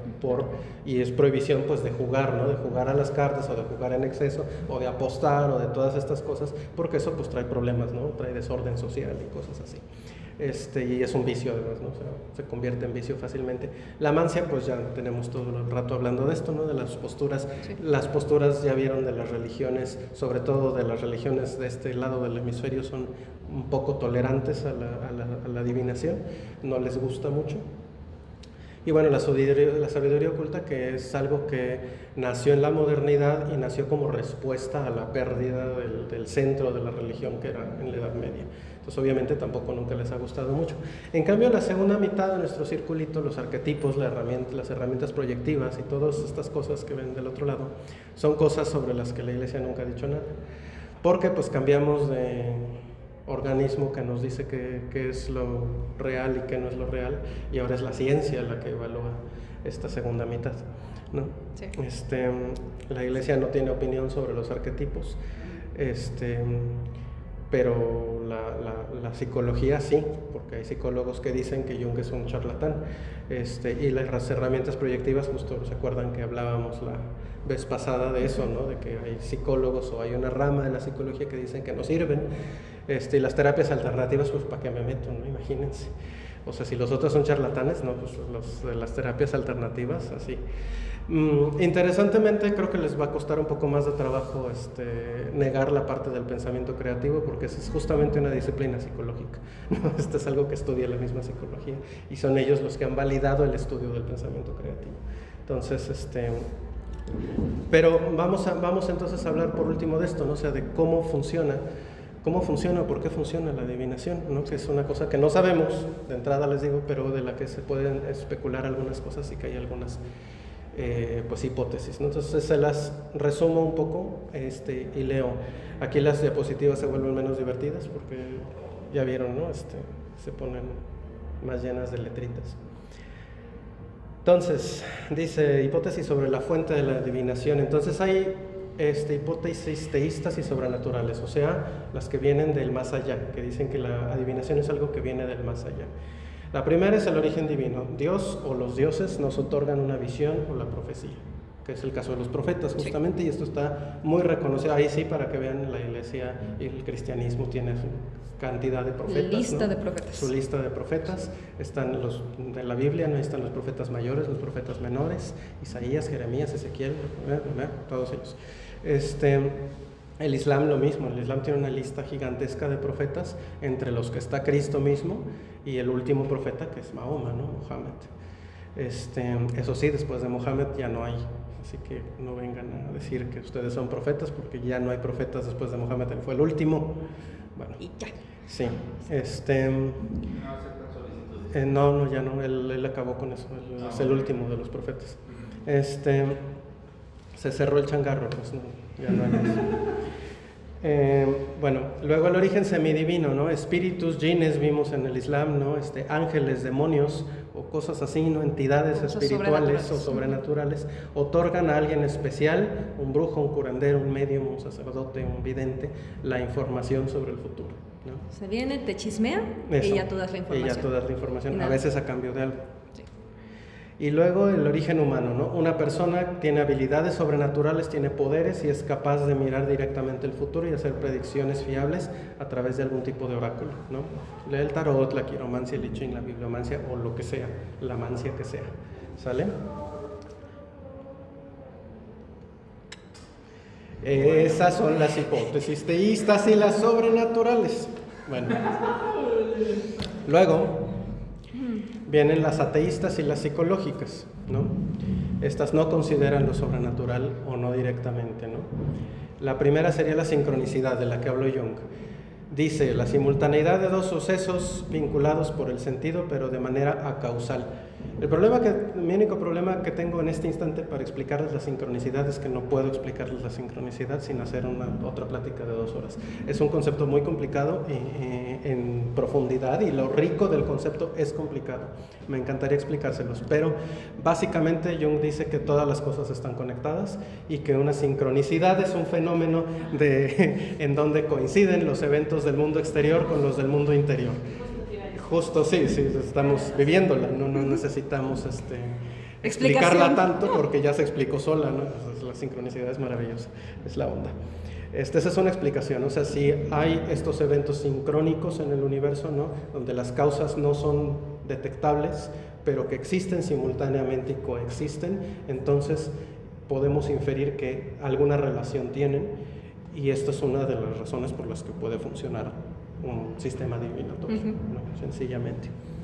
Luego la apofenia es exactamente la sincronicidad, pero del otro lado, vista como de la manera negativa, y es un fenómeno que describen los psicólogos. Dice, es la experiencia que consiste en percibir patrones, conexiones o ambos en sucesos aleatorios o en datos aparentemente sin sentido. Es decir, es un problema de la percepción, según algunos psicólogos, ¿no? Cuando tú ves cosas que no tienen nada que ver y tú empiezas a decir, esto no, sí, y dices, esto es así como, y obviamente si se hace mucho, pues puede ser un problema, ¿no? Porque desplazas lo que tienes que hacer en tu interior y tu forma de relacionarte con el mundo por interpretaciones como periféricas, ¿no? Es una forma, sí, de explicar, porque si yo leo el tarot, pues yo me imagino que hay conexiones ahí que en realidad no existen, pero me las imagino y listo, ¿no? O las alucino, pues.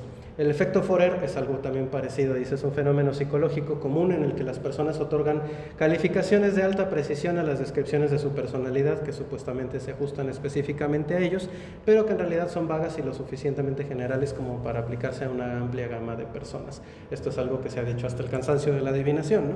Que los adivinos dicen cosas generales que se le aplican a todo el mundo y por lo tanto, pero el fenómeno consiste en que tú crees que están hablando de ti, ¿no? Dices, ese soy yo, eso sí, claro que sí.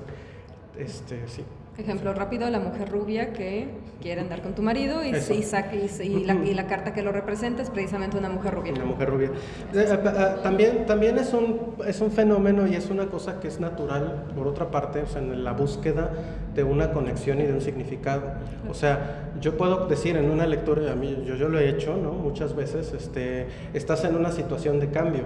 Ya sé que eso es una afirmación general y ya sé que es muy fácil que una persona esté en una situación de cambio, más si me viene a ver, no, o sea, sí es muy lógico. Es cierto que existe, o sea, este fenómeno del otro lado, que el otro dice, ¿cómo supiste? Bueno, o sea, lo supe primero porque sí lo dice la carta. Ahora, la idea es que yo de ahí parta para decir algo más, ¿no?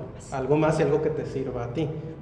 No puede todo estar basado en generalidades porque entonces pues estamos o al menos no en lo que yo consideraría una buena lectura. Pero es cierto que es un fenómeno que se da en la adivinación y que contribuye a que exista, ¿no? la percepción. Y finalmente hay más, están en la otra diapositiva, finalmente en esta diapositiva, la profecía autocumplida, ¿no? Famosa, ¿no? Es una falsa creencia, dice, que directa o indirectamente lleva a su propio cumplimiento. Claro, ¿no? Sabemos que esos fenómenos existen, ¿no? Te dicen, te va a pasar esto, y luego empiezas a pensar, y luego empiezas a actuar diferente, y luego te acaba pasando. Acabas produciéndolo, ¿no? Cuando a lo mejor no hubiera pasado si nadie te lo hubiera dicho. Es un fenómeno también psicológico conocido que ocurre y que puede hacer, por supuesto, que en retrospectiva te parezca que alguien predijo algo correctamente.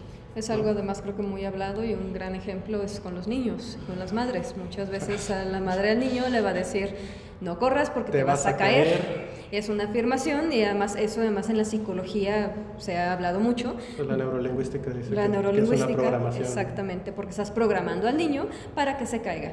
Lo que estás haciendo es meter un miedo inexistente porque no lo había. El niño no lo considera una posibilidad hasta que tú se la dices. Entonces las posibilidades de que el niño se caiga aumentan.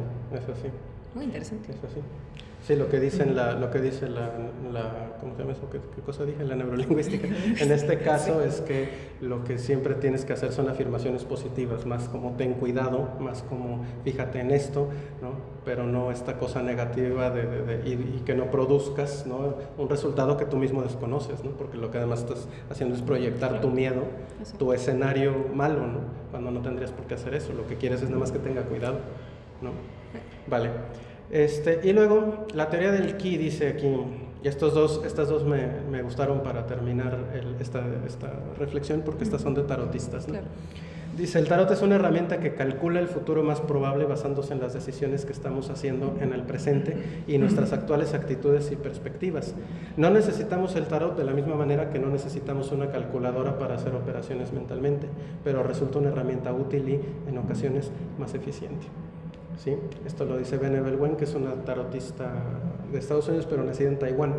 Y aquí no explica muy bien porque esta es la teoría del ki, no parece mucho relacionado con el ki, pero tuve que resumir y traer como lo más importante. Pero ella habla de cómo el tarotista en teoría tiene un ki, una energía vital personal, y cómo el tarotista se conecta con el ki, digamos, como universal, que es algo parecido, si ustedes quieren, al mundo arquetípico de Jung, ¿no? Y entonces cómo a través de eso adquieres información y esto que dice, ¿no? O sea, y entonces te permite calcular con base en lo que estás viendo y en la situación que te están contando y en la pregunta que te están planteando, que son las circunstancias presentes, te permiten averiguar cosas del futuro. Y dicen, esto no es algo tan extraordinario, es algo que cualquiera puede hacer, como lo que dice, por eso su analogía de la calculadora, ¿no?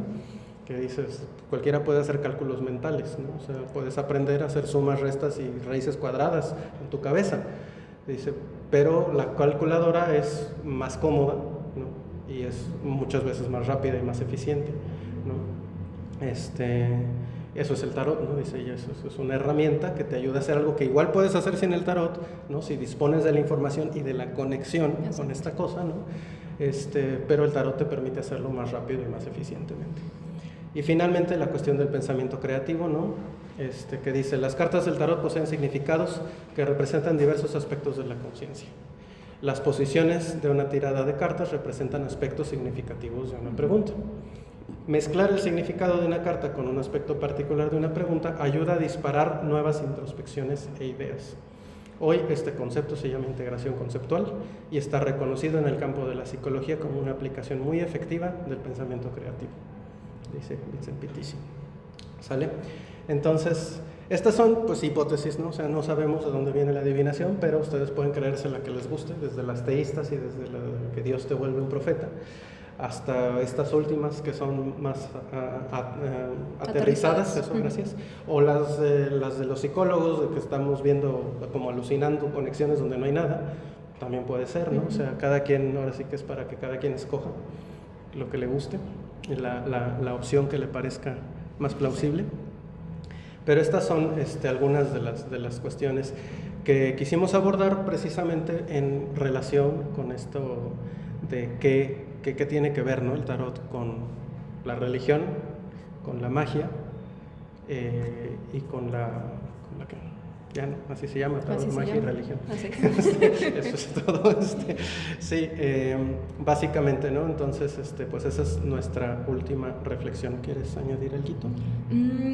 Una última cosa, Eso. nada más porque quizás sirva también como para la pregunta si alguien la tiene. Es si funciona, si ya hablamos de las conexiones y de que si viene el Señor Jesucristo a platicarte o si viene el Espíritu. También hay algo que me parece que es bueno preguntarse, si funciona, si crees en él, si tienes fe, porque eso también puede ser una parte como muy religiosa. Si tú puedes leer el tarot y si tú puedes ir a una consulta, si tienes fe. Y a mí se me hace o no, ¿sí? O si no funciona, ¿sí? Entonces si yo voy, si no creo en él, si no tengo fe de que va a funcionar, si me va a funcionar entonces. Y yo creo que en general es una pregunta que se puede contestar de las dos formas. O sea, el uso de un tarot para una consulta va a funcionar, creas en él o no, porque lo que estás haciendo es una evaluación de la vida, de la pregunta de una persona o de tu propia vida. Entonces, ¿va a funcionar? Pues sí va a funcionar, claro, te va a dar algo, te va a dar un panorama. ¿Qué va a pasar si esa persona no lo cree o se resiste? Pues quizás la terapia, quizás la consulta no sea tan eficiente. Exactamente, nada más. ¿Funciona? Claro, funciona. No necesitas tener una conexión místico-mágica, no necesitas creer que va a funcionar, sencillamente existe, es y ya, ¿no? Sí, yo diría que además, sobre todo en las últimas, todas estas vertientes posteriores que vimos, pues la fe tiene poco que ver, ¿no? Exacto. En cambio, en las primeras sí que tiene que ver, en las teístas sí que tiene que ver, ¿no? O sea, si tú no crees en la magia, si tú no crees en los seres sobrenaturales y tú piensas que así funciona el tarot, pues no vas a creer en el tarot. Exacto. No vas a decir, no, pues esa cosa es un invento, no existe, ¿no? De la misma forma que la profecía, ¿no? Si yo no creo en Dios y no creo en que pueda haber profetas, pues no creo en los profetas y se acabó. Para mí no existen, son cuentos, ¿no? Sí. Pero en esta segunda vertiente vemos un montón de desarrollos que no requieren de la fe y que no tocan además la fe. Por lo que para algunas personas es muy relevante porque pueden darse cuenta de que pueden como deshacerse de esto que comentábamos al principio, ¿no? Esta ansiedad pero es que y si la iglesia no quiere y si no está de acuerdo. Yo puedo tener una aproximación al tarot en donde no me interese lo que diga la iglesia, ¿no? O sea, yo no lo toco, yo no me meto con la iglesia, yo simplemente aplico las técnicas que yo conozco y tampoco me meto con tus creencias, yo no te voy a decir en qué creer, no tienes que creer en el tarot, o sea, yo te voy a decir algo, tú sabrás si ese algo se aplica o no se aplica, es atinado o no es atinado, y si no es, pues no es y se acabó. Es así, sí, siempre lo es, siempre lo es. Y tu interpretación. Exacto. Y al final cuando tú la expresas es una opinión. Exacto. O sea, la forma como más básica. Sí. Entonces en ese sentido no requiere más fe que la conversación más normal, ¿no? O sea, y tienes al frente que tanta validez o no le das. Exacto, le das, es así. Y ya, muchas gracias. ¿Tienen Gracias. Gracias. Aplausos. Hicieron trampa. Sí. Porque yo quería mucha polémica y yo estaba así con las religiones que no me dejaron pensar en hacerle como preguntas raras. Pues puedes hacerlas ahora. Puedes hacerlas, claro. O sea, No, es que creo que de alguna forma más tranquila y menos violenta abordaron los mismos temas, ¿no? Porque finalmente sí creo que depende de la persona, primero, qué te hace acercarte al tarot, ¿no? Y bueno, cómo te relacionas o cómo aprendes a utilizarlo o qué función le das. Pero finalmente quien llega contigo, pues puede llegar, pues aunque su religión lo prohíba, puede llegar contigo, ¿no? Sí. Y también tú qué tanto le vas a hacer frente a eso. Si te llega y te dice, yo soy musulmán y quiero que me leas las cartas, y tú le dices, no, aléjate de aquí porque me va a ir mal, porque aquí es prohibido. Claro. Yo creo que sí, es de los dos lados, ¿no? Claro. Sí es importante que al menos tú que lo vas a leer tengas claro, tú contigo, para qué estás con el tarot. Y después de eso, bueno, creo que al momento que estás con alguien, de todo tu circuito que me marcaste, yo creo que usas todo. No creo que nada más sea como solo el pensamiento creativo, porque me gustó. Claro. O sea, creo que te avientas un poco de todo, porque ciertamente es un poco un juego, ¿sí? Que eso hace que de alguna manera, entendido bien el juego, pues vamos a jugarlo, ¿no? Y así que te involucres. Sí, además incluso de todas las formas, o sea, sí tienes razón. Yo diría que eso depende también mucho de este que es nuestro tema de la última plática, ¿no? Una vez más del tarotista, ¿no? Porque también eso depende de la preparación, o sea, al final de cuentas requieres a alguien bastante preparado para que pueda abrevar de todas esas cosas juntas, pero también sería lo ideal, ¿no? O sea, y el tarot claro que puede ser un juego, también como adivinación puede ser un juego. Nosotros tenemos un juego muy entretenidísimo que consiste en hacer adivinaciones falsas, ¿no? O sea, adivinaciones ficticias. Nosotros lo usamos como método didáctico en nuestro curso de tarot, ¿no? Para soltar, para ayudar a soltar pues el verbo, ¿no? Así que tienes que hablar y cosas de estas, ¿no? Y son sesiones divertidísimas, ¿no? Porque tenemos una batería de preguntas como si fuera un juego de mesa, ¿no? Que cada quien va sacando una.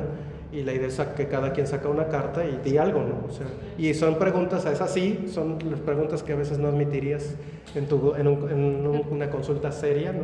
Como me voy a casar mañana, o voy a encontrar el amor de mi vida o no, ¿no? Sí, ¿no?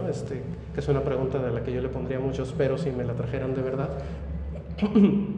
Pero en el juego se vale totalmente, ¿no? O sea, la idea es simplemente que tú veas qué carta sale y digas, no lo vas a encontrar, ¿no? Ya siguiente, ¿no? Porque es así rápido. Entonces es divertidísimo, ¿no? Entonces es muy, muy divertido. Y por supuesto de vez en cuando salen cosas, ¿no? Claro, por supuesto, ¿no? Estás jugando, de pronto, sacan... Como todo, ¿no? Porque finalmente mucho de lo que tú expresas es del mundo que conoces y finalmente al momento de decirlo, pues expones eso. Sí. Pero sí, a mí se me hizo pues muy claro que ciertamente el tarot no toca en las religiones y que aunque en algún momento alguien de alguna religión lo llegara a usar, es ese alguien usando. Es así. No es como decir el tarot es una religión o el tarot forma parte de una religión. Incluso espero que haya quedado claro que además se ha separado mucho de sus orígenes cristianos, o sea, viene del cristianismo, por lo que de entrada no puede ser contrario. Sí, claro, es el contexto social donde nace, entonces pues de entrada no puede ser como contrario al cristianismo porque está lleno de imaginería cristiana. Y eso lo alimenta y forma parte de su sistema, pero al mismo tiempo ha pasado todo este tiempo, los códigos han cambiado, nuestras formas de leerlo y de mirarlo han cambiado, y hoy hay estas cosas metidas del pensamiento creativo y las terapias alternativas y cuanta cosa que a la iglesia no le hacen tanta gracia, pero que ahí están y que también hacen que el tarot ya no esté ligado intrínsecamente a la religión. Tú puedes verlo y bueno, sí, la carta se llama el Papa, pero lo que representa son muchas otras cosas, no representa al Señor que está en el Vaticano. ¿No? Pero sí se me hizo como muy, muy claro que, por ejemplo, también diferenciarlo de la magia, ¿no? Sí. O sea, finalmente ese es un tema que se espera que tú, como tarotista hagas la magia. Sí. Y hagas, ¿no? Tu superadivinación. Sí. Claro. Además eso dicen los anuncios que hay por ahí. Sí, el otro día vimos a las chicas, ya supimos quiénes son las de los amarres y demás, porque ya las vimos pegando. ¿Ah, sí? Perfecto. Sí, son típicos como gitanos. Ajá, sí. Como esta vestimenta.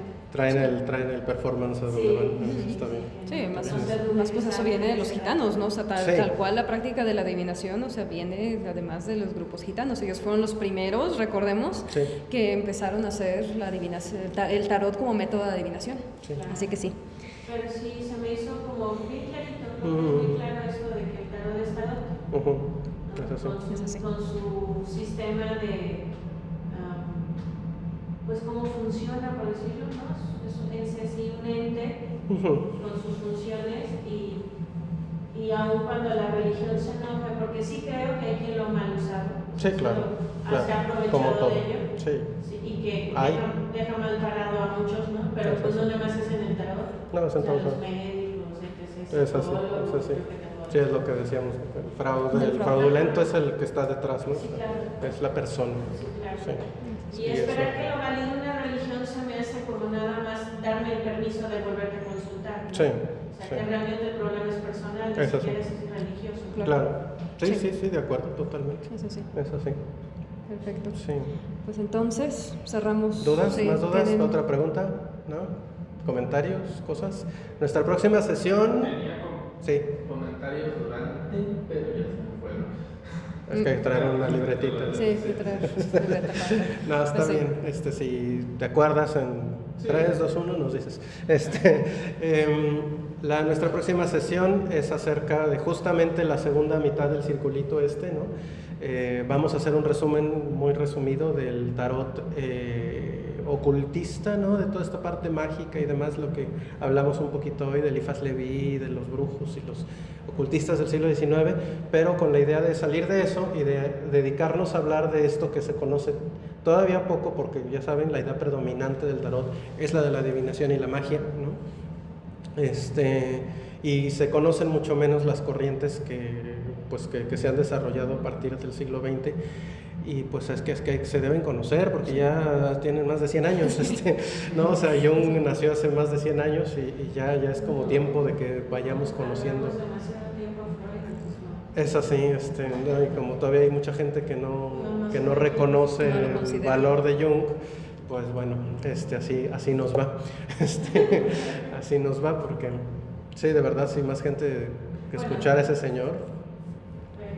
No, de hecho, yo creo que justamente de las más contemporáneas es quien ha marcado más pauta, ¿no? Para Sí. romper y plantear una perspectiva, pues, no sé cómo decirla, más humana, más realista, más... Es así, y además que incluyó toda esta sección que claramente cae dentro del dominio de la psicología, sin duda alguna. El mismo Freud también lo hizo, nada más que con otro enfoque, pero que el resto de la psicología decidió mejor desentenderse de ello, ¿no? Que es el de los mitos, las religiones, todas estas cosas, ¿no? O sea, que él se puso realmente, dedicó su vida a estudiarlas, ¿no? Y a decir por qué son importantes para nosotros. O sea, Jung nos explica por qué las religiones existen y siguen vivas y por qué la ciencia no las ha reemplazado. Si quieres, si alguna vez te has preguntado esas cosas, pregúntale a Jung, que él lo tenía clarísimo, ¿no?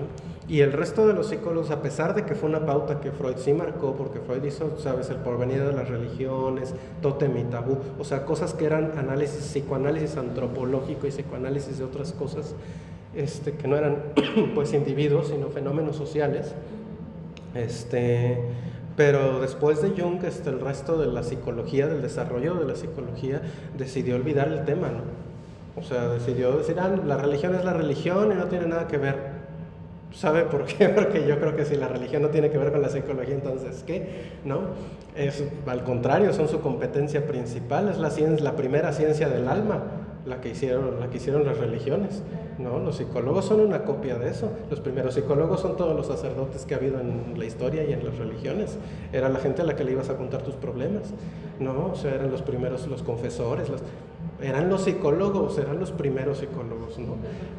Los doctores, claro.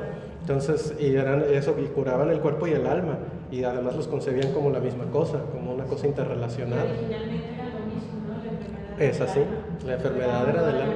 Exactamente, había que curar el alma para curar el cuerpo. Exacto.